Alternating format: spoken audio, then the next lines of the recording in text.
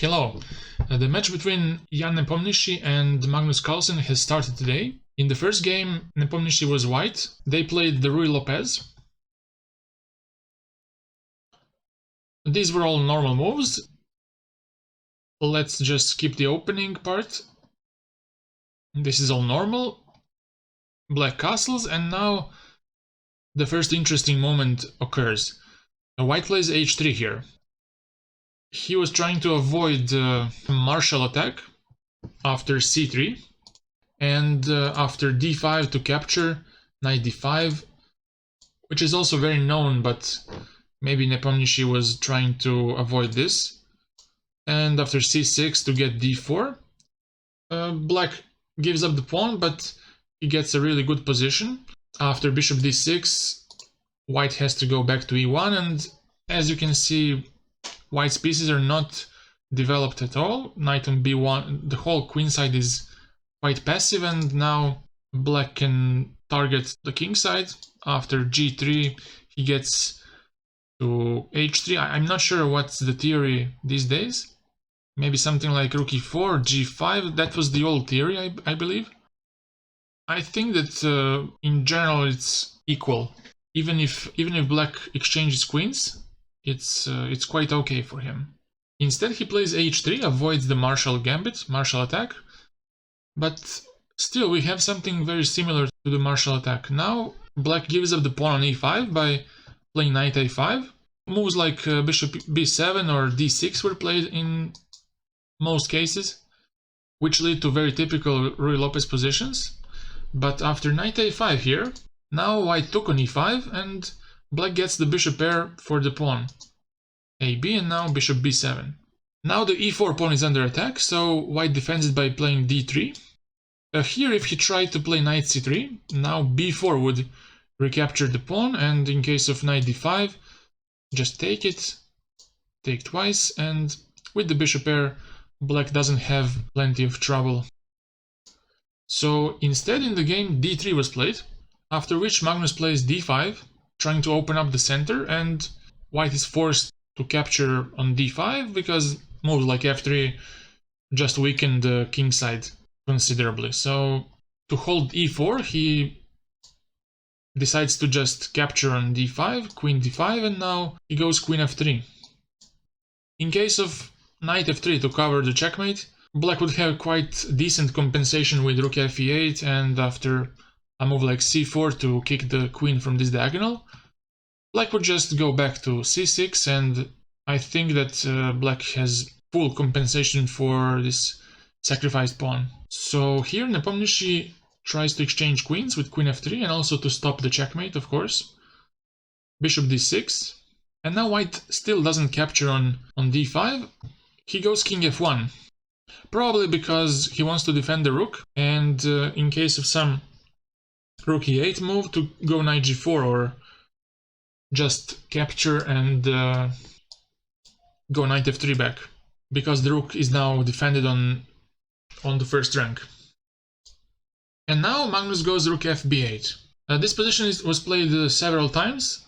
Now the point of this move, for example, if queen takes e5 right away, now white can take on b7, and now the queen is under attack, so black can play this, but after queen f3 back, let's say rook f8, bishop e3, there's no danger of black's attack, and he might even consolidate very soon. And with extra pawn, it's really good for white, because there's no bishop pair anymore. So with the move like rook fb8, which was played in the game, now black is defending this bishop on b7, and now queen e5 is a real threat. For example, if white goes knight c3, then black takes on e5, and if rook takes, bishop takes f3, and black is just a piece up. So he plays this, and now queen takes d5. Now knight takes, trying to jump to b4, bishop d2, now c5. And here white goes knight f3. Maybe it was better to just go knight g4, heading towards e3, defending both g2 and c2 at the same time, because in this position after this, knight e3, this would look quite solid for white. It might cause some trouble for black. After knight c3, knight e4, even bishop c3 next. this would be quite nice for white. But instead he went for knight f3, and now it's also possible to go for knight b4, but first Magnus goes with rook d8, trying to get his rooks to d8 and c8. Now Nepo goes knight c3 and knight b4. Now white goes rook ec1 to defend the pawn, rook a c8 and knight e2.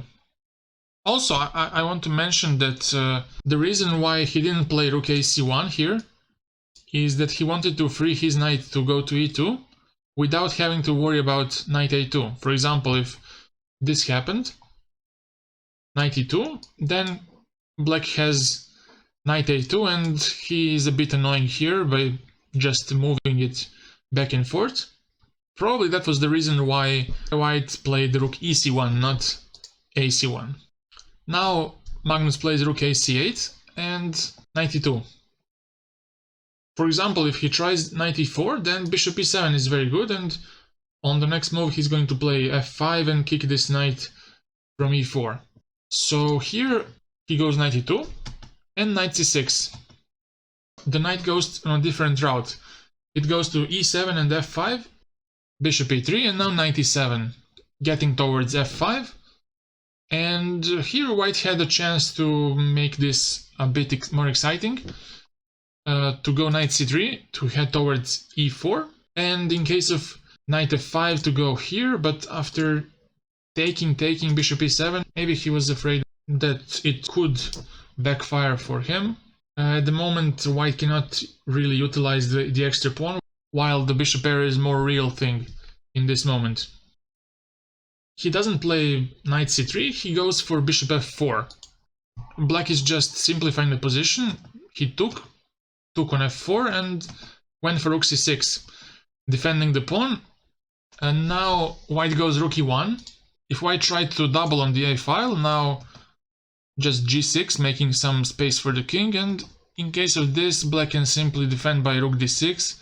And I don't like the position of white here, because his pawns on the king side are quite weak, and this attack on a6 is a dead end because there's no additional resources to attack the pawn. And f3 pawn will be a really dangerous weakness for white. So he tries to occupy first the e-file. Knight goes to f5 and now c3, trying to stop knight d4, which was a very dangerous threat because it would hit f3 and c2 at the same time. But now knight h4 was played, rook e3 to defend the pawn, and now king f8. I preferred more g6 to get the king on g7 and to prepare rook f6, because if you go immediately with rook f6, now there's this unpleasant move in knight d5. Because of the back rank issues, black cannot capture on d5. If he takes on f3, then white can capture and take on a6. First he goes king f8. And after knight g2, now if black took on g2, it would be really a dead draw with rook d6, and black would just hold this position without any tendencies to seek complications.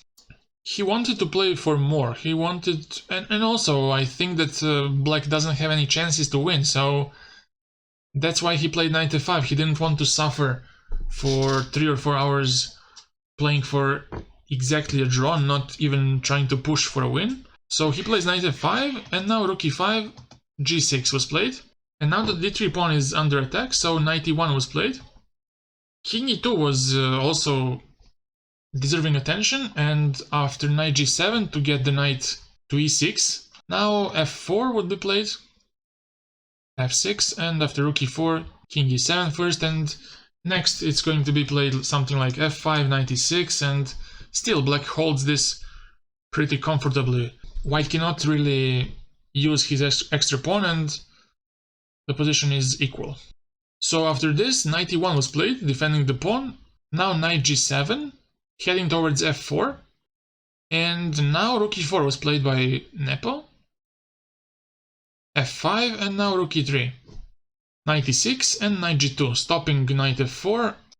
And now black fixes the pawns on the queen side, fixes those double pawns on the b file. And now, of course, taking on b4 is bad because it allows knight to get to d4, and also it allows rook to penetrate on c2. So instead he doesn't do anything, he goes king e2. Now rook b8 was played, king d2, and now white is giving up the pawn, because after bc you cannot really hold on to this pawn with king c3 because knight d4 is very strong and the pawn on b3 hangs. Because after rook a3 you have knight b5.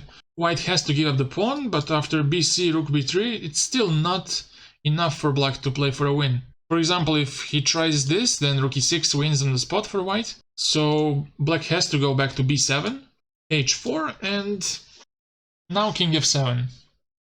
Maybe it was better just to try with rook cb6 to avoid rook b2, to play rook a2. Now a5 is very good, because now you cannot take really because of rook b2, this, and checkmate on b2. So after a5 white has to go back to e1, and after a4 still there's no possible capture on a4 because of this. And after takes f4, king e4, now he lost his knight on e1. So that's also out of question.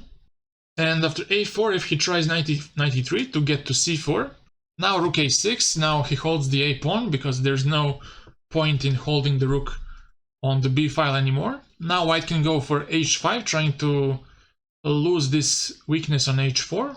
And after knight f4, takes. This would be somewhat pleasant for black, but still it's not quite enough to make something serious out of this.